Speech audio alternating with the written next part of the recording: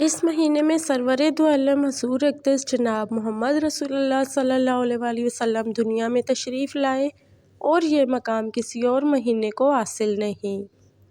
اسی لیے اللہ نے ماہ ربیع الاول کی فضیلت کو بلند فرمایا۔ اسی لیے جب آپ صلی اللہ علیہ وسلم سے پیر کے دن روزے کے بارے میں پوچھا گیا تو آپ صلی اللہ علیہ وسلم نے اس کی فضیلت کی ایک وجہ یہ بیان فرمائی کہ اس دن میں پیدا ہوا۔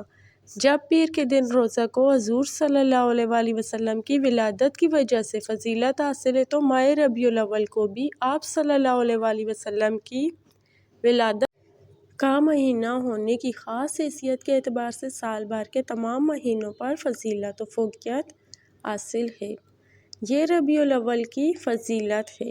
اولیاء نے حضرت محمد مصطفیٰ صلی اللہ علیہ وسلم کی ولادت باسعادت کو ماہ ربیع الاول کا ایک اہم ترین واقعہ قرار دیا ہے اور اسی مبارک واقعے کی وجہ سے ہی اس مہینے کو بہار کا نام دیتے ہیں۔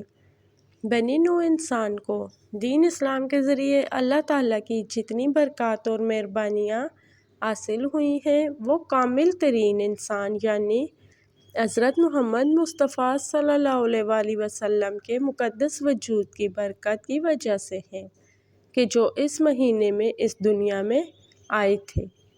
ویڈیو اچھی لگے تو لائک کریں، چینل کو سبسکرائب کریں۔ یہ مہینہ گراں قدر ترین مہینہ ہے۔ بالفاظ دیگر اس مہینے کی مثال دیگر مہینوں کی نسبت ایسے ہی ہے کہ جس طرح دیگر لوگوں کے درمیان حضرت محمد مصطفیٰ صلی اللہ علیہ وسلم کا مقام ہے۔